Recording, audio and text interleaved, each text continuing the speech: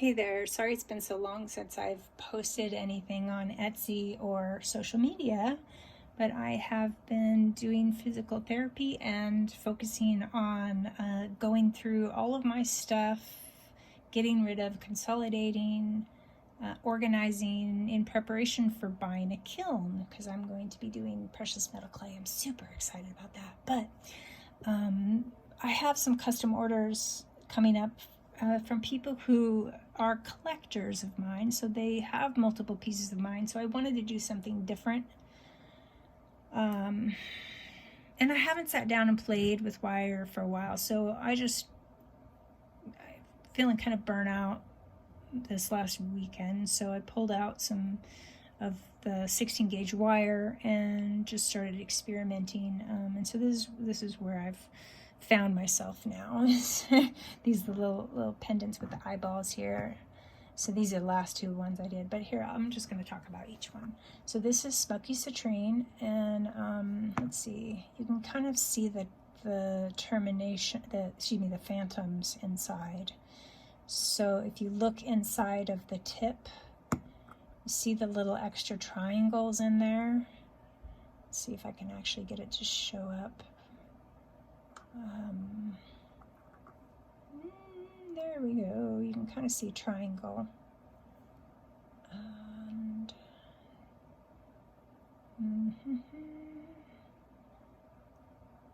let's see. Oh, kind of. Yeah, it's kind of hard to show. The lighting isn't just right. You have to have the light just right and the angle just right. And I'm losing my light, it's late, but I wanted to show these in natural light because artificial light can really change the color. Okay, you can kind of see it in there. I was just looking for that triangle in there, which is showing the termination at different stages. The termination is the tip. So this has one termination right here. And then it's got a couple crystals growing alongside of it that I was able to use to kind of clamp it in there. And it's not going anywhere. So yeah, this is, oh, you can kind of see. Here and there you can really see the termination, or the phantoms inside, the inner terminations. So what phantoms are is the crystal stops growing, or the conditions change and different elements or minerals get vented in with that, the slurry, the vapors of, the ingredients that make the crystal. So the ingredients change and then the color changes slightly. So that's what you can see here. Pretty good examples. And Smoky Quartz and Citrine are actually different varieties of quartz, but they're very, very closely related. The only difference is basically the ratio of those elements that pollute the molecular structure. So for citrine and Smoky Quartz, and when I say citrine, I'm talking about the unheated variety, not the heat-treated amethyst variety. I'll talk about that in a second. But so the two, they are both colored by aluminum, hydrogen, and lithium that's built into the crystal's molecular structure. Sorry, I'm talking too fast for my tongue. But yeah, so they're built into the molecular structure, and then millions of years of gamma radiation causes these transparent color zones in there, and it's just basically the ratio of those elements to each other that determines whether it's going to turn yellow, or like an olive green, or brown, or gray. Yeah, there's all kinds of different shades, and that's why you see Smoky Quartz and citrine together, because they're made in the same environment.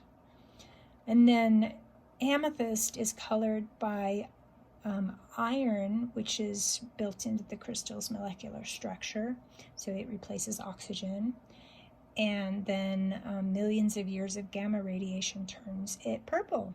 And then if it gets heated either by man or by nature, it'll turn some form of yellow, orange, amber, brown, champagne. So those are the common colors for heated amethyst citrine. And the aluminum lithium citrine is more of a either straight yellow or slightly on the greenish olivey side, or it can be pretty intense. Like this is a good example. It's just a little bit more lemony. It's not as orangey yellow. You know, there are crystals that it's really hard to tell the difference between whether it's heated amethyst citrine or aluminum lithium citrine. The only way you can tell is by doing a dichroism test, which I did explain on my channel how to do the dichroism test, because unheated citrine is slightly dichroic and amethyst citrine is not. So anyway, okay, so this is red Phantom Quartz. It's colored by hematite. And this is actually kind of more, it's like deposited on there. It's not built into the molecular structure because it's not transparent. It's more of an occlusion or an occlusion, a deposit of something on there. So it's actually trapped inside, so it won't rub off. And hematite turns a crystal red or orange. And then for this to have kind of a peachy look to it, it either has kaolinite or maybe one of the amphibole minerals like tremolite. I could probably take a look with a loop, and if you see little hairs in there, then it's probably tremolite or another amphibole mineral. But so this one I put aquamarine in the eyeball here. So aquamarine works really well with red Phantom Quartz.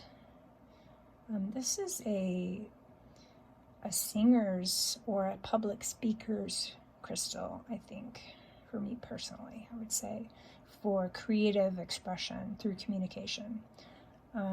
So like a YouTuber or bloggers or public speakers, teachers, singers, anybody who communicates in a creative way. So the this crystal it works the best on your sacral chakra, which is great for creativity, and then aquamarine works best on your throat chakra. So that is what this crystal, the best use for that crystal, I would say. And then here we've got just a regular unheated citrine, and this is double terminated, and what that means is it's got two terminations. So the first termination formed and it was growing on a matrix. Then it fell off the matrix through some kind of trauma, either an earthquake or avalanche or something, volcanic eruption, something caused it to break off. But the vapors were still vented into the chamber that it was growing, and so it was able to continue to grow. And so now this exposed base started to form into a second termination. And so you can see it really was trying to make another point there, but then it's also got kind of some tabular shaped crystals growing on the outside as well. So, but this is a very nice clear crystal, and I chose to do an owl face on this, but if you like it more simple, you can always turn it around. Everything I make is double-sided. So I have my my preferred side usually, but they look good on the back too. Okay, and then this is a really good example of Smoky Citrine. It's very, very smoky, but it does have, if you get the angle right, you can really see it's strongly yellow, whereas Smoky Quartz is not really. Hold on, I'm trying to find there. Smoky Quartz is not really yellow like that. And if I had just a little bit more sun, a little bit more sun. But this one has really clear phantoms. Let me turn it to where you can see them. Oh, there's not enough light. Come on, focus. Focus, focus. Let me zoom in a little bit, see if I can. I just don't have the light I need. There, ooh, there you can kind of see those lines. Yep, losing my daylight. Sorry, hit the camera.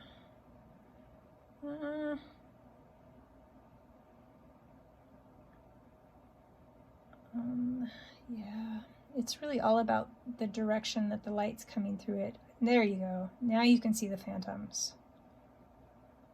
And you know, like, I'll look at it one direction and then 5 minutes later, it looks totally different because the light's changed. But yeah, you can see some pretty clear stripes in there showing the phantoms.